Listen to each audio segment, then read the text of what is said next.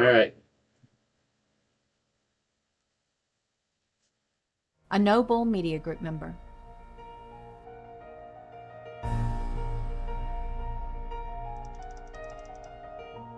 America's known our share of tyrants. In response to tyranny, we created one of the greatest guiding documents ever written by mankind. We stood for what was right. We've also made mistakes, but we corrected those mistakes by fighting for what was right both inside our borders and beyond.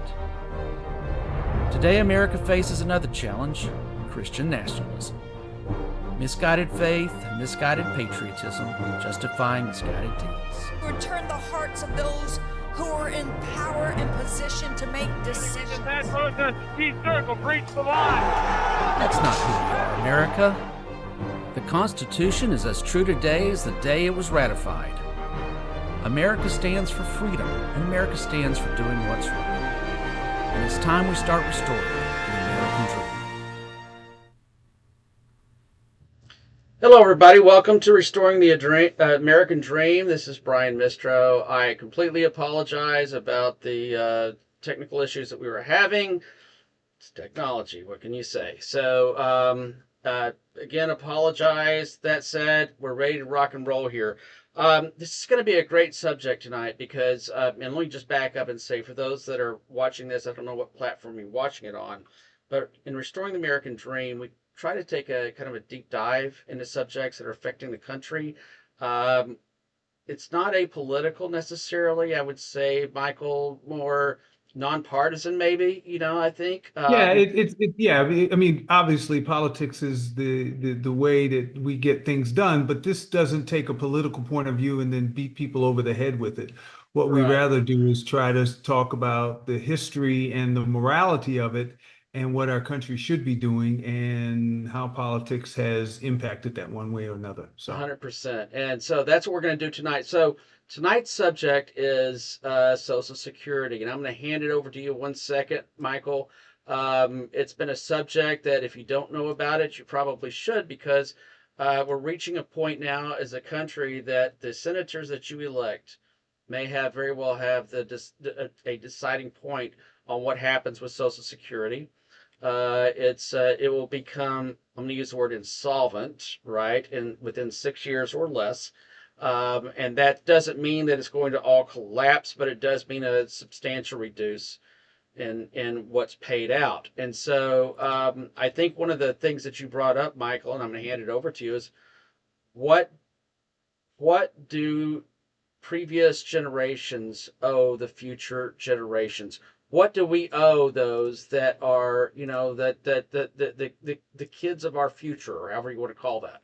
So I'll hand it over to you, Michael. It's going to be a great discussion. Let's Yeah, go. Let's. absolutely, and it's great, Aaron. Thank you so much for being here and and weighing in on this subject.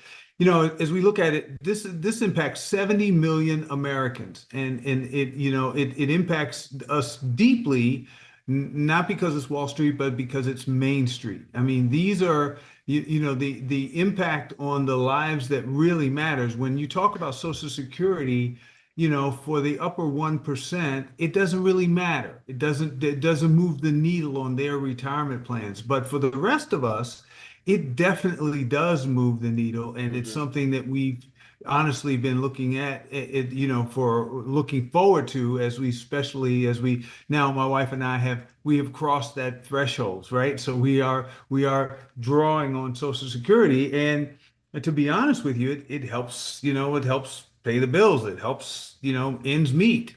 And, because, me as a minister, in a minister's salary, and for years, I kind of Right. opted out of Social Security. I had that legal option to opt out of Social Security for several years. And so it lowered my threshold of what I'm actually receiving now. But yeah, Brian, you're exactly right. If what the trustees are saying now is that by 2032, the fund, unless something is done by Congress, it's going to be insolvent. We won't have enough to meet our current Right. obligations, and especially for for future. for future generations. So we're faced with several different things, but let's do a not so much of a deep dive, but Aaron, give us a little bit of the history of kind of how Social Security started and why. Sure. Social Security is one of the bedrock principles of the New Deal from President Franklin Roosevelt in 1935. It came out of because into the Great Depression, the elderly were probably some of the most hard hit of anybody. Mm, Not only did a lot of people not have anything saved up for retirement, but for many who did have money saved up, the banks had failed, and so they essentially were left with almost nothing. mm, There have been plans going back to the progressive era. Countries around the world had begun. Actually, Germany, of all places, in the 1880s, I believe, was the first country to set up an old age retirement pension plan of this sort. And of course, was a major, major change in terms of the federal government's relationship with the American people. And it was, of course, challenged at the Supreme Court. The Supreme Court upheld it, but because of the sort of mandated contributions to it coming out of paychecks, and then it coming out later on, you'd be able to receive it later on. This was a real change, certainly for the role of the federal government. But it had, in order to sort of grease the wheels to get it passed, there were various exemptions early on for political reasons. There were some domestic servants, for example, some agricultural workers were excluded from it, at least at the beginning. But those loopholes were filled in not too long afterwards, certainly by the end of the 1940s. Mm. And so it has been pretty much since the end of the 1940s something that all Americans have come to expect as something that when they reach retirement, if they're not going to live entirely off Social Security, they'll at least have it as a supplement to whatever else they might have. And but of course, it was predicated on actuarial studies at the time of how long people were going to live, and there's a mathematical mismatch that was not apparent at the time. In fact, didn't exist at the time, but does now. And when you think about the baby boom, being born after World War II and then Right. reaching their money-making age in the 60s and 70s, they're able to contribute as a somewhat smaller generation is over 65. And so it worked for a while, but by the late 70s, it started to become clear that this was not going to work forever.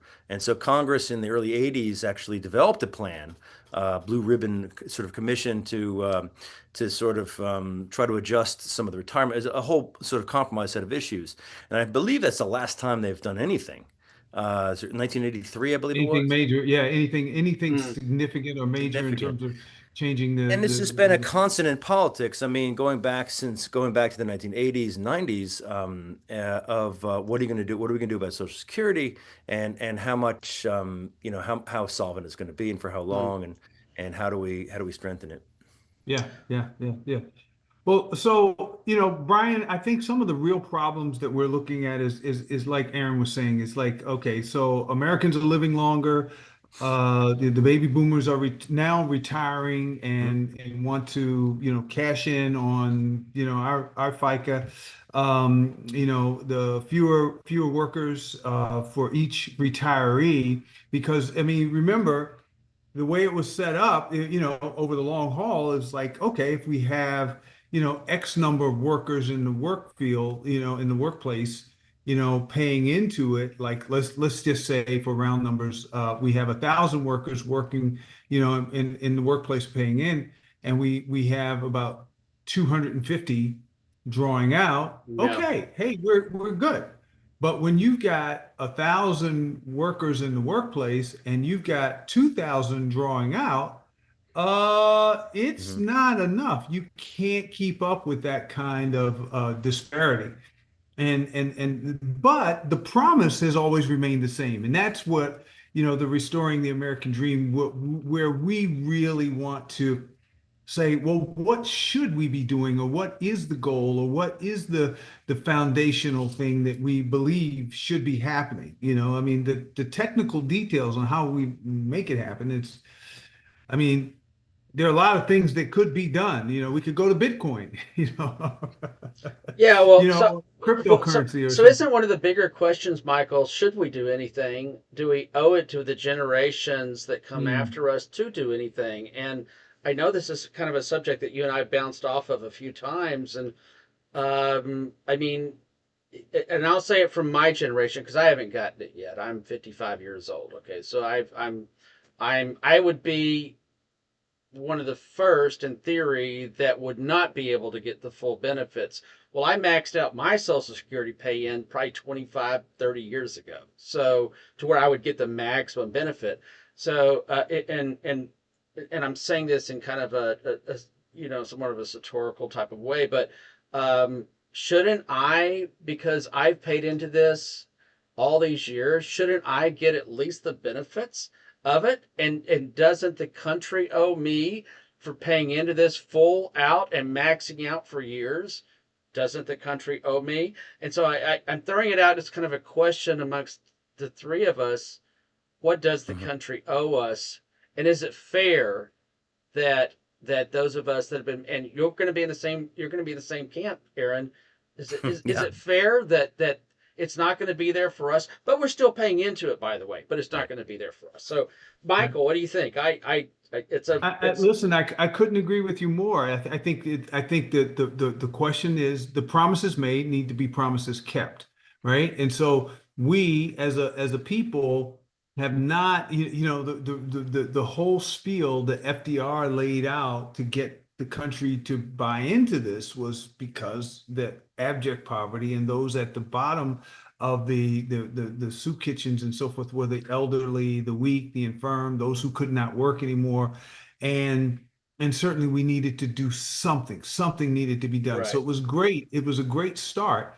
And that created a promise that if you worked hard all your life in America, that at the end of your working years, that you would be able to get a little something, something back from the government that you had paid in. So it wasn't just like it was the government giving you, you're not living on the government's dime.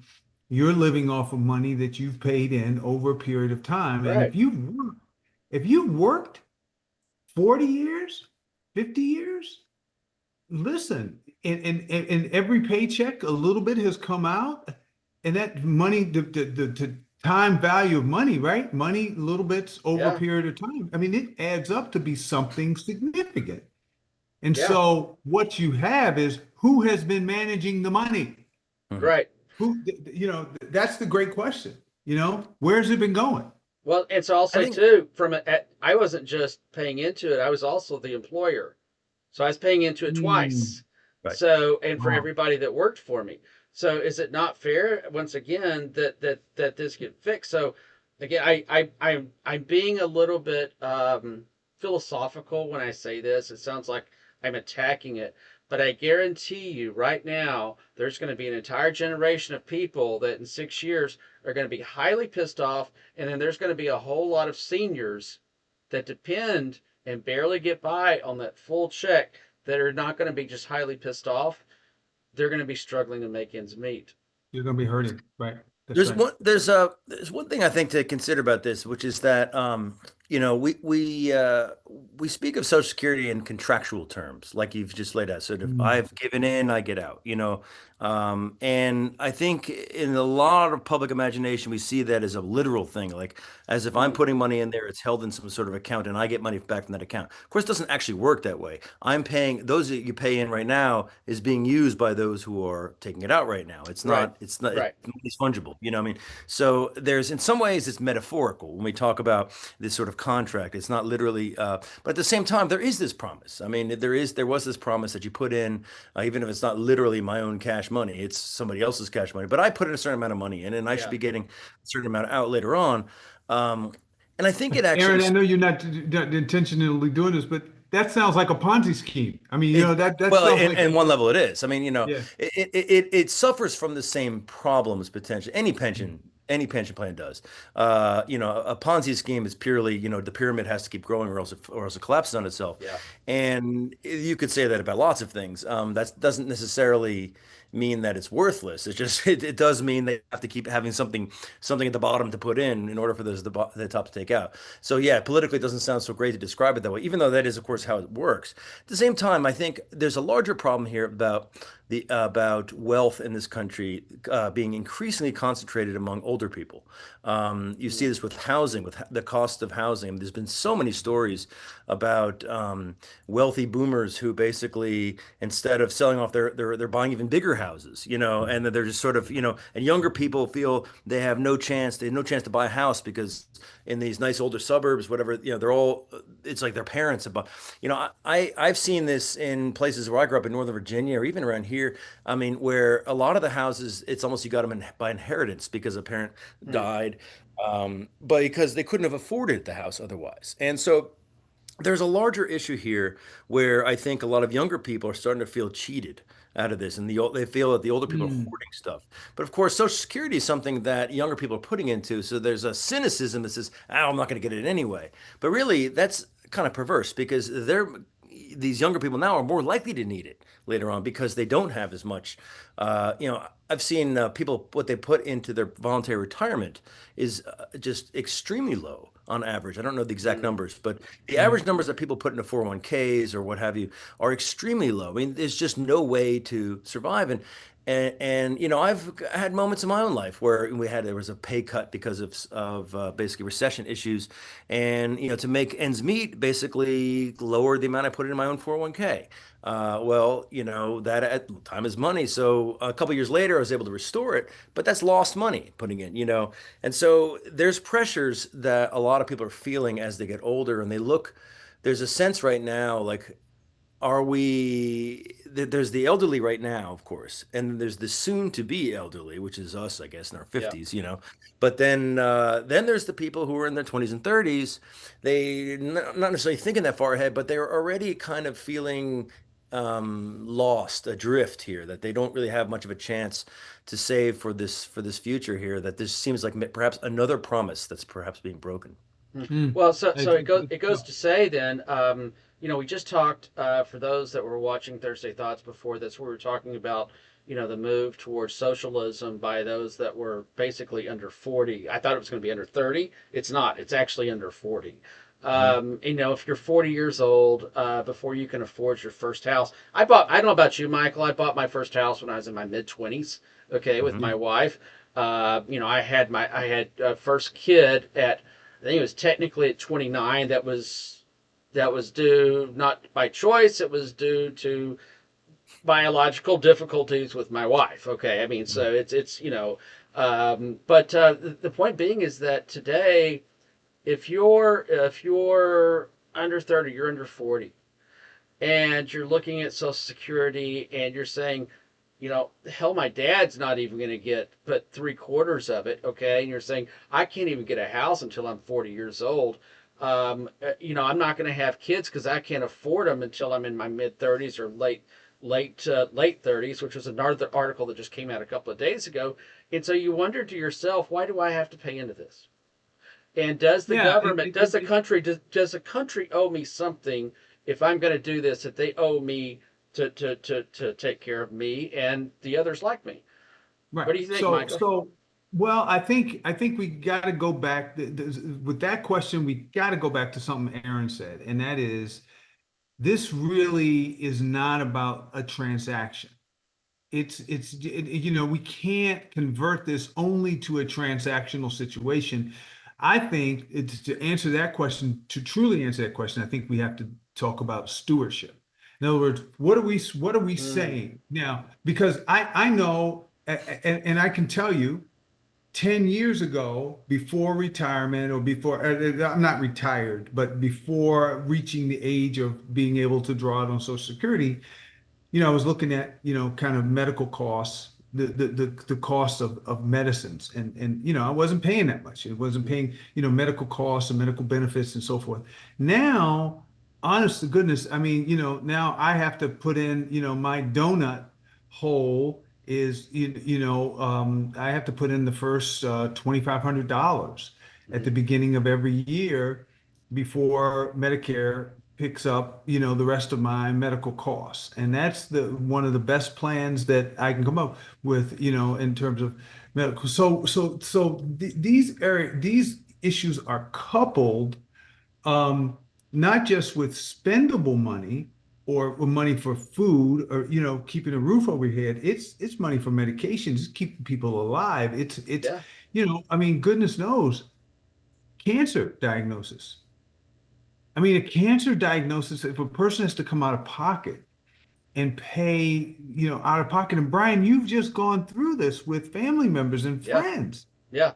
I mean, it's a frightening thought that we, could see a time coming where you just, if you get a diagnosis and you can't afford it, you can't, we talk about a humane solution.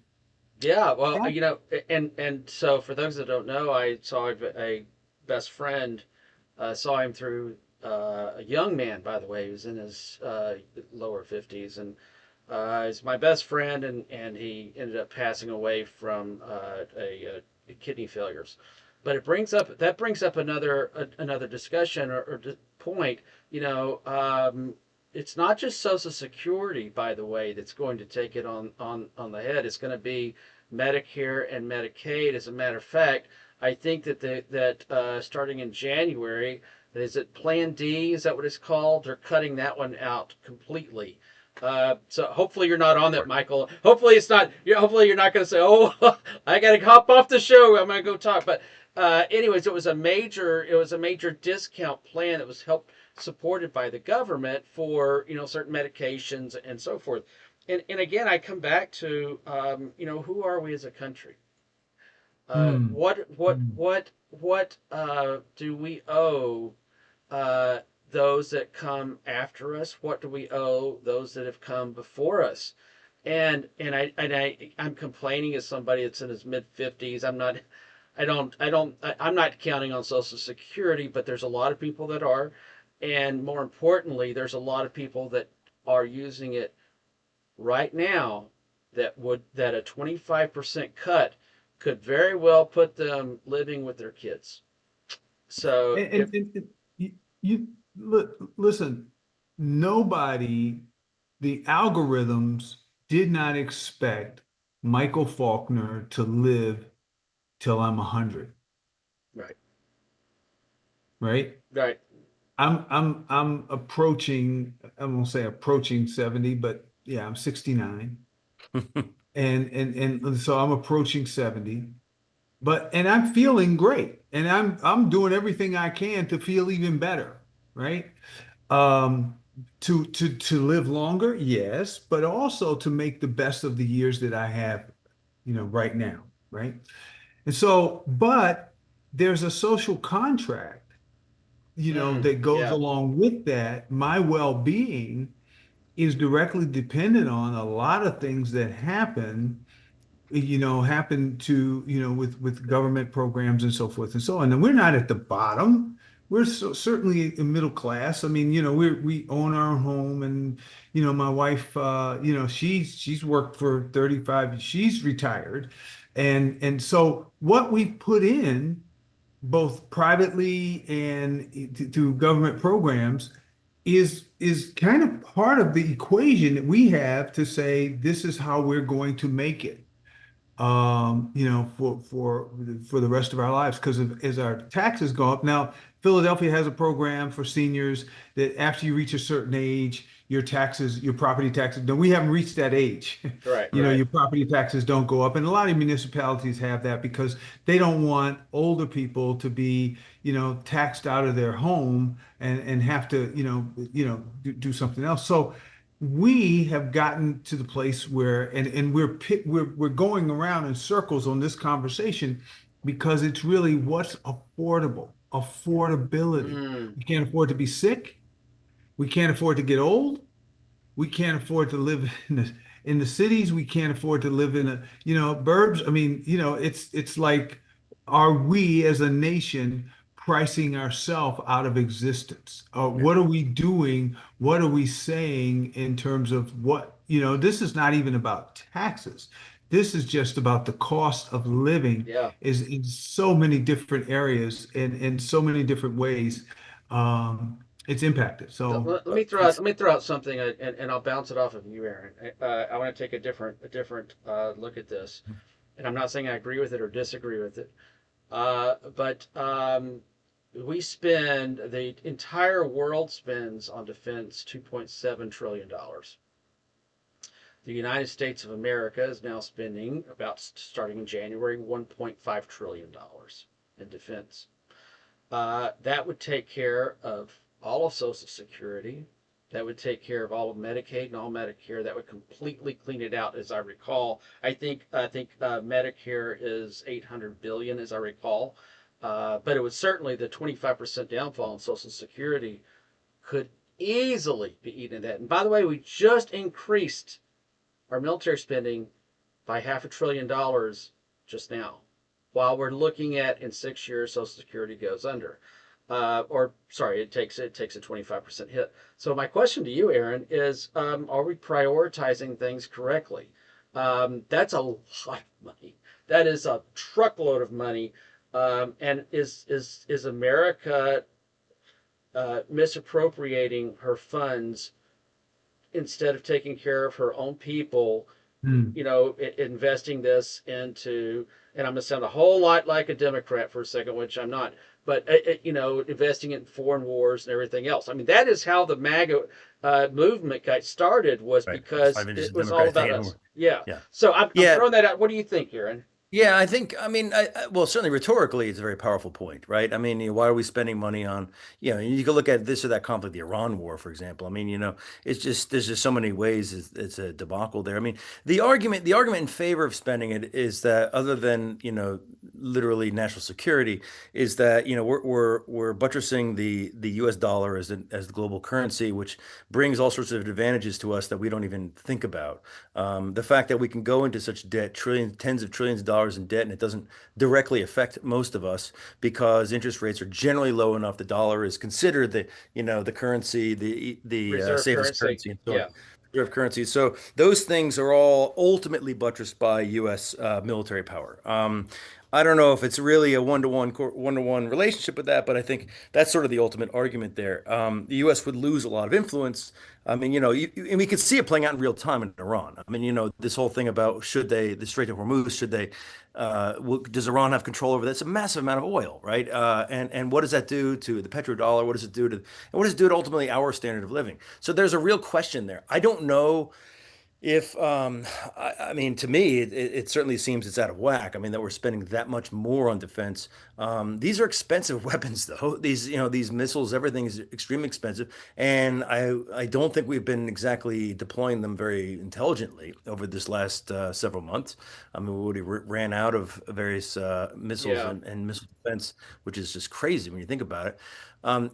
So there's definitely a case that we should be pulling back. We had, of course, the post Cold War peace dividend, which gave us this sort of brief moment where we could actually have a budget surplus and so on. But I think that's a little bit. I think the problem is a lot of times we're looking for that pie in the sky sort of like easy solution.